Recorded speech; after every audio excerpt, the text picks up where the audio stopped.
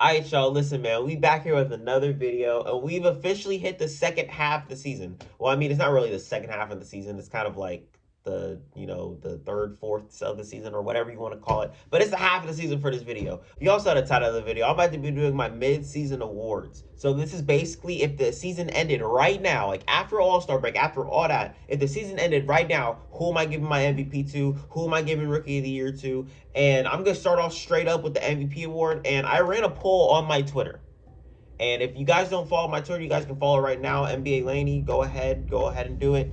But I ran a poll on my Twitter, and I basically said, who do you guys got for MVP? And I put 3 people there. I put Giannis, I put Nikola Jokic, and I put Joel Embiid. And I genuinely do not know. Like, going to this video, I actually do not know. But I think I've settled in, and I thought it through, and I am going to be going with Nikola Jokic. Now, on my poll, nobody voted for Nikola Jokic, which is actually alarming to me. I'm not gonna lie.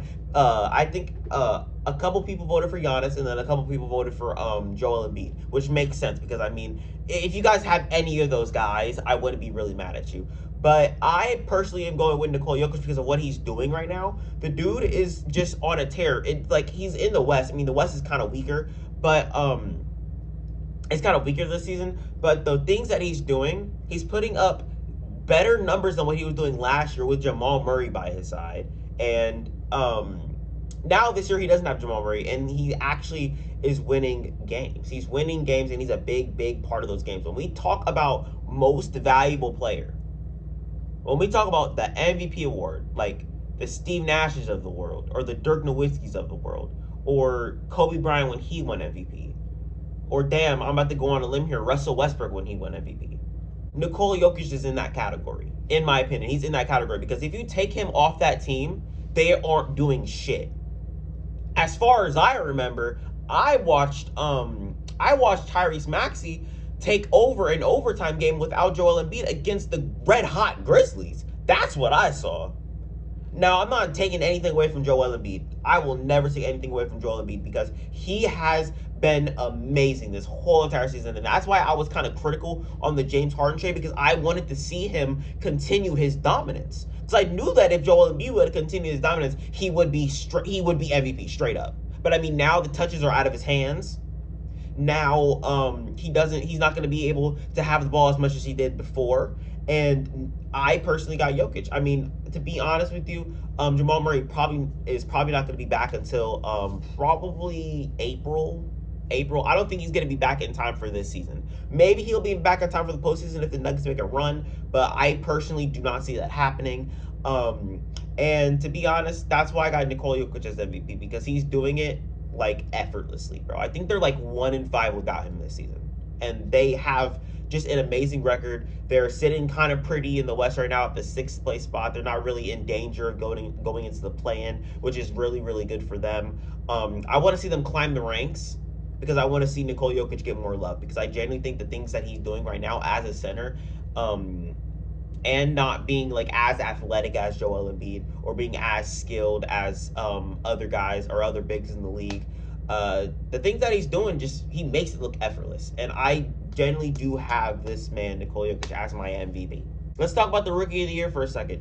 Bro, this one was literally so damn hard. I was thinking about this all day yesterday at work.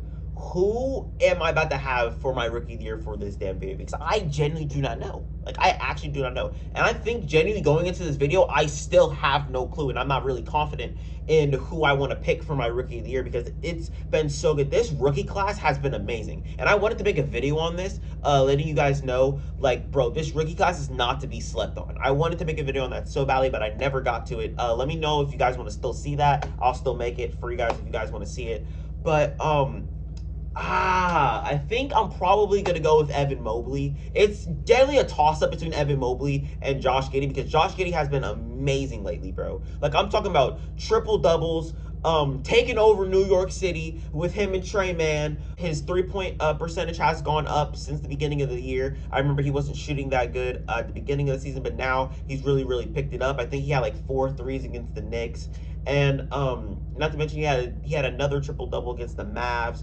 And I'm not gonna lie, Josh Giddey is really good, but this is not Josh Giddey's video. This is for Evan Mobley. And the thing is, people would definitely gravitate straight towards Josh Giddey because of what he's doing offensively, but nobody's thinking about what Evan Mobley can do defensively. Coming into the league, I personally compared Evan Mobley to Chris Bosh. I thought when he played for USC, he had like a Chris Bosh type game style, and that's what I compared him to. And he's kind of the opposite of that. I mean, he's still a very good rebounder. He really can't stretch the floor as much as he wants to because he tried to stretch the floor at the beginning of the season, shooting a bunch of threes, and it wasn't working for him. So he, just doubled down and started shooting his mid ranges, and he's been getting to the bucket.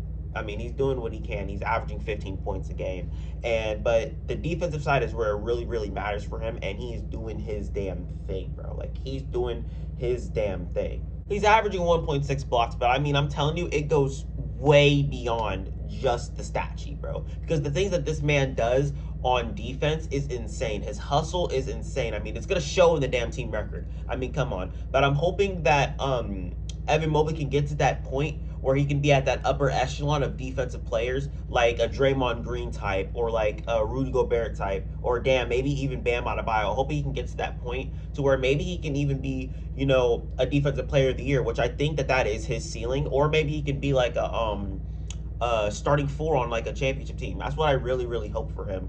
And I wish him nothing but the best, bro, because I'm watching him. From this point on. I'm watching Evan Mobley, bro, because I fuck with his defense and I fuck with his hustle and his mindset, bro, for real. That right there is my rookie of the year. Now I want to put this in the middle of the video so you guys can see, but I'm gonna be talking about coach of the year because I think it's really, really important. There's two people that I want to talk about in this video, but there's one that I'm gonna be picking for my midseason coach of the year, and the two people are Tyron Liu and Eric Spoelstra. I don't think people are really giving Eric Spoelstra his credit because he is a damn good coach. I mean, NBA 75 had him as one of the top 15 coaches of all fucking time out of the 75 years in the NBA. Like, out of 15 coaches, he has not won one coach of the year.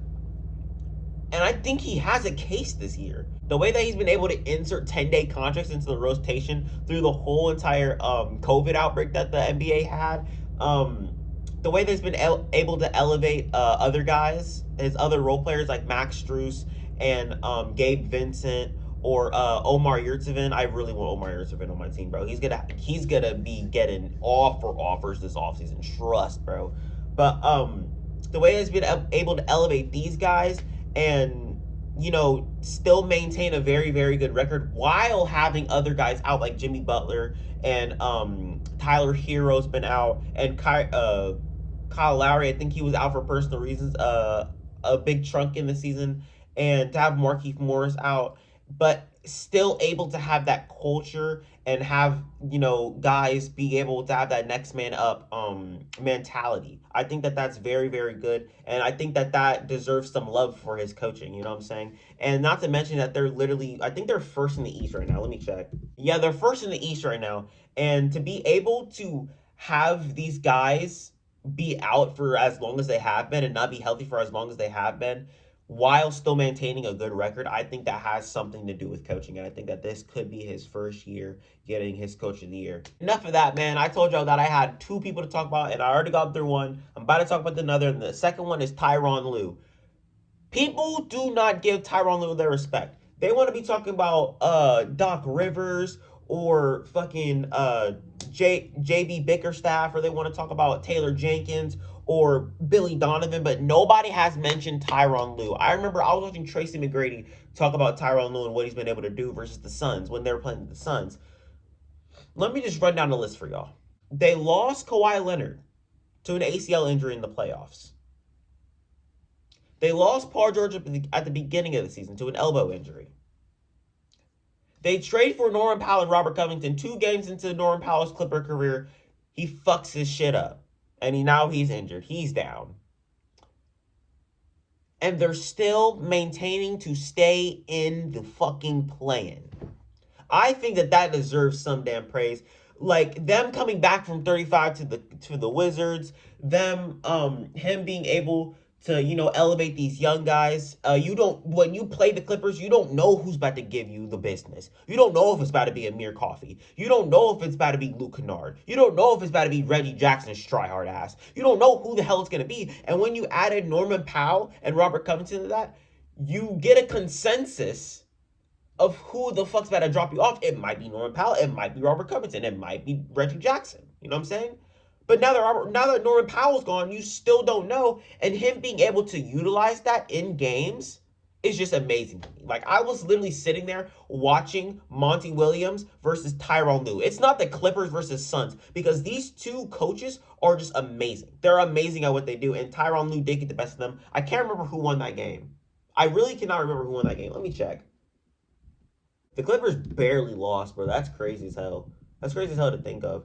They weren't even at home. They literally were not even at home. They were literally in that hot ass Phoenix crowd, bro. You don't know if it's gonna be Marcus Morris as well. They have so many weapons. The reason why they have so many weapons is because they have so many role players who are willing to win. That's what it is. And Tyron Liu implemented this in these motherfuckers' minds because he is the coach. I think Tyron Liu just needs some praise. He needs some love for Coach of the Year. And to be honest with you, he is my pick for right now. I don't know why people aren't really giving him his respect. Maybe they think that he's still a bad coach. I mean, he kind of proved that he isn't a bad coach when he literally went to the Western Conference Finals last year without his star. He is still maintaining a 500 record with a team who has no business being in the play-in right now. He won a championship with LeBron. Maybe people are still holding on to that narrative. I don't know. But the thing is, Tyron Liu has been coaching his ass off. The way that he is able to make in-game adjustments as fast as he does deserves some credit and deserves some love. So that's why he is my pick for Coach of the Year. I feel like this video is starting to get a little bit too long, so I'm gonna start, going through these people. Sixth man of the year. I was just talking about Eric Spoelstra. Now I'm gonna talk about another Heat person, and that right there is Tyler Herro. I think Tyler Herro will run away with this. I think that he has been by far the best six man this season. Constantly giving you 20-point games off their damn bench. I mean, he is averaging 31 minutes a game, but I mean, at the same time, he's still their six man. He's still their spark plug off the bench. They do close games with him, but it doesn't matter. He is still their six man. And I got him for that for sure. There's absolutely no way. He silenced me. I ain't gonna lie. I'm still gonna be talking about that. I did make that Tyler Herro was overrated video, and I still do stand by everything I said in that video. But what I do not stand by is that he's a bad player. I will never ever say that Tyler Herro is a bad player. I just love the way he's playing this season. So kudos to Tyler Herro. Most improved player. Now, this is a really weird one because I didn't really look into this one as much as I would want to. But I was still even thinking about Tyler Herro for most improved player, but I don't think I want to give it to him.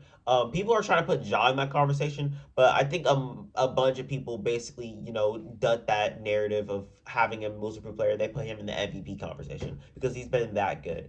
But I think I'm gonna go with Miles Bridges only because he has really been lighting it up, and after everybody else, I think there's really no, race for most improved player besides him. I think he deserves it probably the most out of everybody because he's constantly giving you 20-point games. I think Miles Bridges has done really well from last season because the dude was averaging 12, 13 points a game last season. Now he's averaging damn 20. That's all I can say. The man is, stepping into that role of being LaMelo's his law partner and him taking some of the weight off of LaMelo's shoulders and like being his most consistent weapon in my personal opinion. Like without Gordon Hayward this season, Miles Bridges has really carried the fucking load. He's been shooting so much better from the three. He's taking more high percentage shots. He is getting to the rim when he needs to, and he's doing his thing, bro. And he's doing that while being flashy as fuck, bro. That's all I can say. I think that he deserves it. I think he deserves most improved player, and I think he's probably going to run away with it. And finally, we're going to be talking about defensive player of the year, and I think that there's only one man who can have it, and that is Draymond Green, bro. I know he has been out for a couple weeks. How long has he been out? It feels like it's been so damn long since he's been out. But even with him being out, I think the games that he has played like lockdown, amazing team defense, bro. Like I said, he's their anchor. He is the gears that makes this team run. I will continue saying it on this damn channel, bro, and I'll never stop saying it. But Draymond Green has been playing at a defensive player of the year level, and I think that he genuinely runs away with it. I think second would probably be Giannis. And I remember they tried telling us that Giannis was defensive player of the year like 2 days after Draymond Green got injured. No, it's not that close. I'm sorry. I fuck with Giannis, like I said last video. We fuck with Giannis over here. But the thing is, he was not playing better defense like for their team than Draymond Green was. That's all I can say, man. But I'm about to get out of here. That's all I got. This video is going on 30 minutes. I do not want to edit the fuck out of this, but I have to. I'm sorry, bro. I have to. I got to get this video up today because I haven't uploaded in a while and I haven't uploaded in a very, very long time. So how about we do that? And I'm about to get out of here because I'm just rambling. I'll see y'all on the flip side. I'm never saying that again.